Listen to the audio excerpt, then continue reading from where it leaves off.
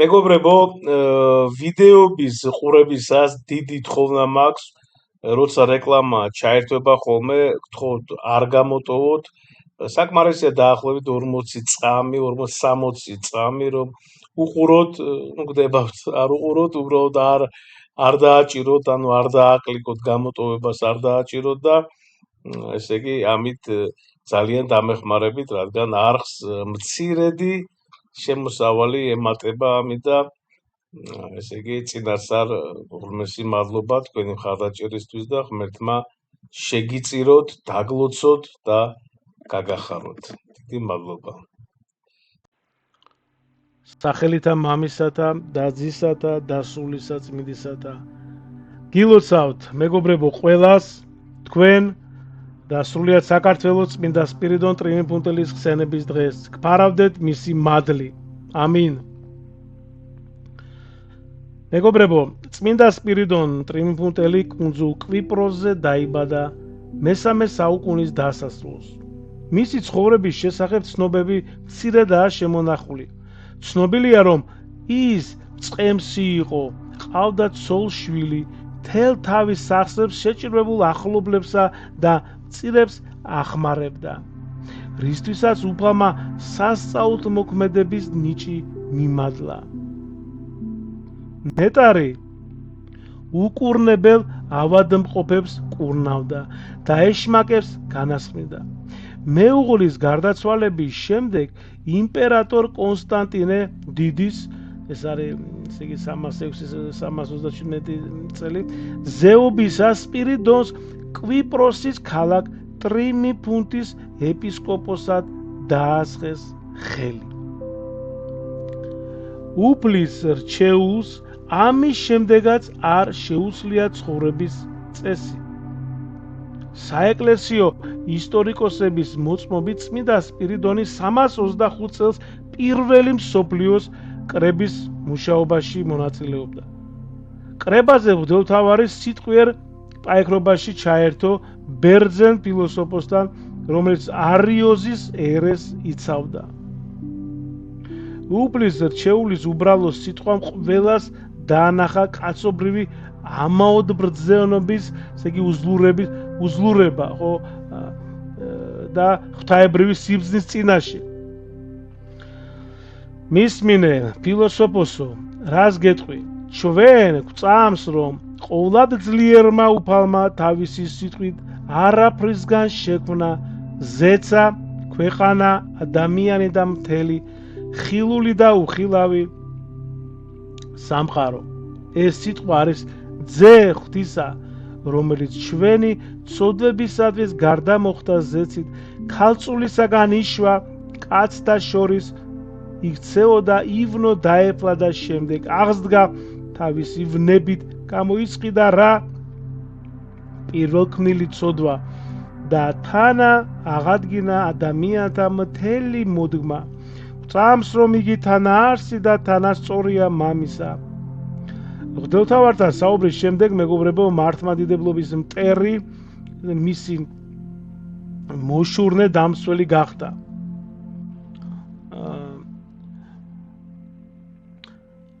ესე იგი მან თავის მეგობრებს უთხრა, სანამ არგუმენტებით მე პაიქრებოდნენ, მე სხვა არგუმენტებს ვიშველიებდი და კამათის ხელოვნების, ესე იგი ჯაბნიდი მეტოქეს. მაგრამ როცა გონებიდან მომდინარე დასაბუთებების ნაცვლად ბერის ბაგებიდან რაღაც განსაკუთრებული ძალა გადმოიფრქვა, ჩემი სიტყვა უძლური გახდა. რადგან ადამიანს არ ძალუց ღმერთის წინ აღუდგეს, ხო? და თუ რომელიმე თქვენთაგანს შეუძლია ასევე იფიქროს, უკაცრავად ისევე იფიქროს, როგორც მე ვფიქრობ, ირწმუნოს ქრისტე და ჩემთან ერთად შეუდგეს ამ ბერს, ვისი ბაგებითაც თვითუფალი მეტყველებდა.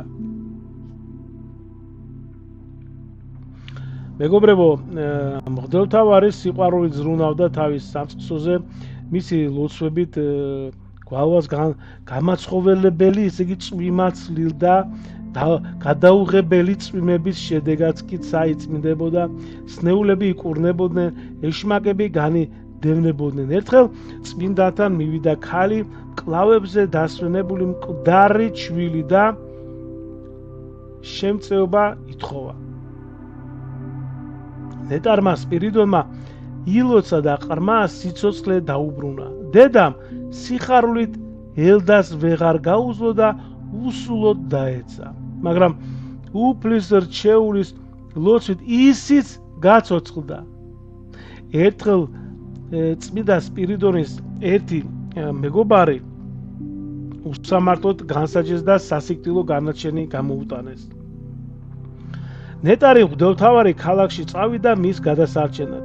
მზა წმინდა ქრისტეს სახელით შეაჩერა ადიდებული მდინარე. საჯური, რომელსაც უკვე შეეტყო მომხდარი სასწაული, პატივით შეხვდა წმინდა სპირიდონს და მისი მეგობარიც გათავისუფლა. წმინდა სპირიდონის ცხოვრებიდან ასეთი შემთხვევა ცნობილი. ერთხელ იგი ცარიელ ტაძარში შევიდა, კანდელებისა და სანთლების ანთება ბრძანა და ღვთისმსახურება დაიწყო.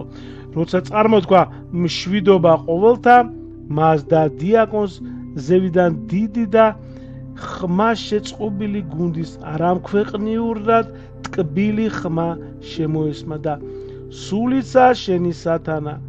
კვერექსის ყოველ მუხს უხილავი გუნდი პასუხობდა, უფალო შეგვიწყალენ. ეკლესიიდან გამომავალმა საკვირველმა ხმამა მიიზი და მახლობლად მყოფი ხალხი ისინი ტაძრისკენ გაეშურნენ, რაც უფრო უახლოვდებოდნენ უფლისას, ხმა მით უფრო ძლიერდებოდა. მაგრამ როცა ტაძარში შევიდნენ, ეპისკოპოსისა და რამოდენიმე ღვთისმსახურების გარდა ვერავინ იხილეს და ზეციური გალობაც შეწყდა, რამაც ყველანი განაცვიფრა. წმინდა სვიმეონ მეტაფრასტი, ანუ ნეტარი სპირიდონის ცხოვრების აღწერი, მას პატრიარქ აბრაამს ადარებს სტუმართმოყვარეობით.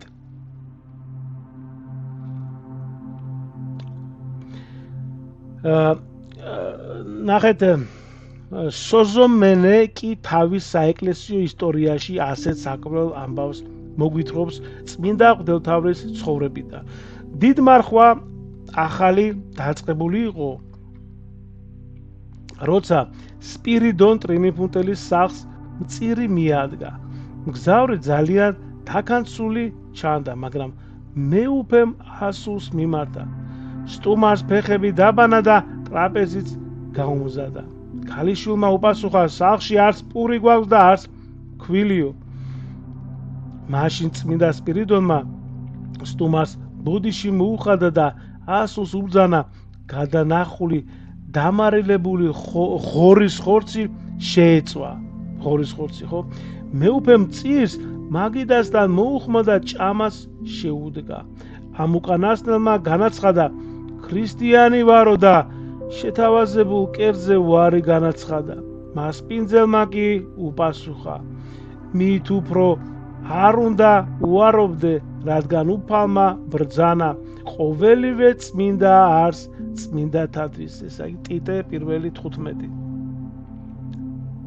სოზომენეს მიერ მოთხრობილი სხვა ისტორიაც მეტად დამახასიათებელია წმინდა სპირიდონისთვის. ნეტარს ჩვევა ჰქონდა, რომ აღებული მოსავლის ნაწილი გლახაკებისთვის დაერიგებინა, ნაწილი კი სესხად გაექცა. თავად მღვდელმთავარი არაფერს იძლეოდა, მხოლოდ მიანიშნებდა ხოლმე ბეღლისაკენ, სადაც ყველას შეეძლო აეღო, რამდენიც სურდა. შემდეგ კი ესე იგი ამგვარადვე ზედამხედველობის გარეშე დაებრუნებინა. სოკრატე სქოლასტიკოსის ცნობით ერთხელ ქურდებს წმინდა სპირიდონის ცხოვრების მოპარვა განუზრახავდა ბნელ ღამეში ფარეხში გადაპარულად.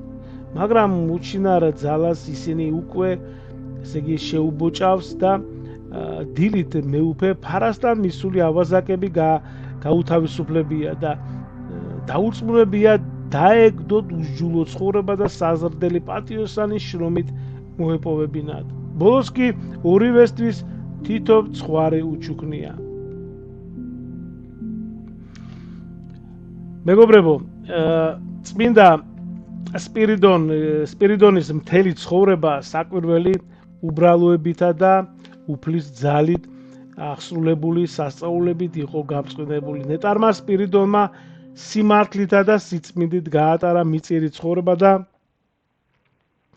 დაახლოებით 348 წელს მშვიდობით მიიცვალა. უფლის რჩეულის წმინდა ნაწილები გარდა მარჯვენისა, რომელიც რომშია დაცული, კუნძულ კორფუზე მისივე სახელობის ტაძარშია დაბრძანებული. წმინდა მღვდელმთავარს ეკლესია ყველიერის შაბათსაც იხსენიებს. შეგვეციოს ყველას მისი მადლი. გაიხარეთ, დიდი მადლობა.